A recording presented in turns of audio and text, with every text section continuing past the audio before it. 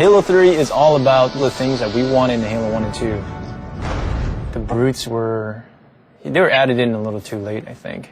And we didn't have a chance to really flesh them out. And so that's what we're doing for Halo 3. Nailing the flavor for a character is often very difficult. You sort of have to feel it out as you go. The brutes in Halo 2 were meant to be more like the barbarians in Rome. And we wanted the brutes to typify that abusive, evil invader. But right from the start, the design of the brutes was not consistent about reinforcing that they're meant to be worthy adversaries for the player. Now that the elites have left the Covenant, it gave us a problem for Halo 3. For the brutes to behave kind of similar to the elites, they have to be totally redone because they're not interesting to fight. He was just a damage sponge. There were no interesting reactions. There wasn't an interesting death. The only tactic the player has is just pump them full of lead until they fall down. It doesn't really turn out to be really good gameplay. Going back and trying to recreate a character like this is one part art and one part science, and the art part is very difficult to understand just exactly how long it's going to take. Concept art tries to communicate through composition what the idea is trying to get across. A lot of times the direction just gets narrowed down to, can you just make it look cool? The brutes originally looked a lot like Chewbacca. Like they were just big hairy guys with a bandolier.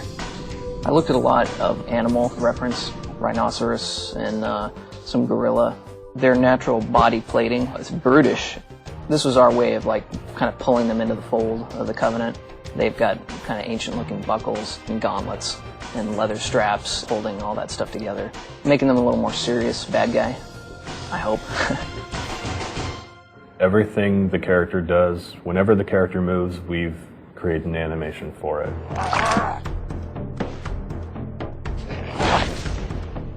In which way that character moves, that kind of makes him unique. These days now we got our animation reference area upstairs. We just take it upon ourselves to go film us doing each individual motion and then work that into our animation. If a brute is punching the face off a Marine, we're going to embellish that. We're going to make them punch the jaw off too. We're going to make them just punch straight through that Marine. God damn, that looked like in real life. I was just like, jeez, that was awesome.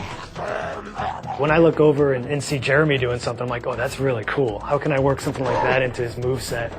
It's exciting to see what Jeremy does tomorrow and what Bill does the next day. It's always a new... Me too. But not John. No. Not so much me. No. Nobody likes John.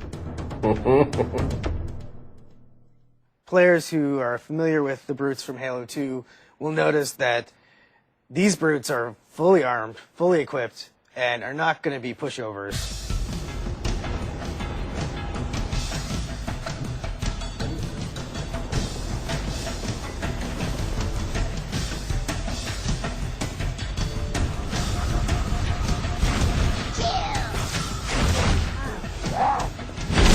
For the game to be interesting, like the guys that you're playing against have to be fun to play. That's the profile of the character. Create an interesting look from afar.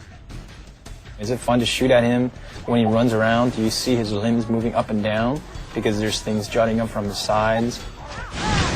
Rather than make them look like big dumb apes, we want to make them very brutal, pragmatic warriors. And that's really informed a lot of the visual design.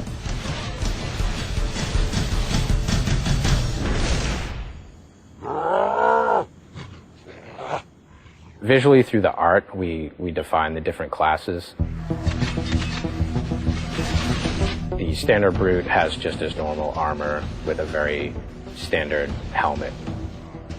The brute captain has a much bigger headdress. And then the brute chieftains have very elaborate headdresses and very elaborate shoulder pads and armor on them.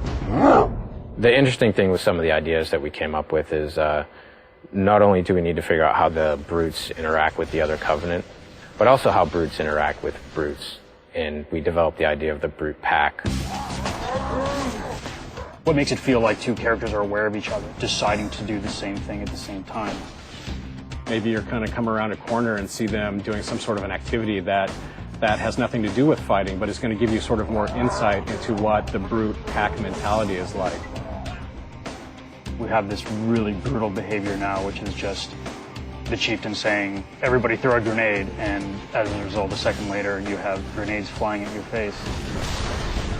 That's always going to give the player a little bit of an adrenaline rush that, oh my god, now this guy's right up in my face, I have to back up and hit him hard.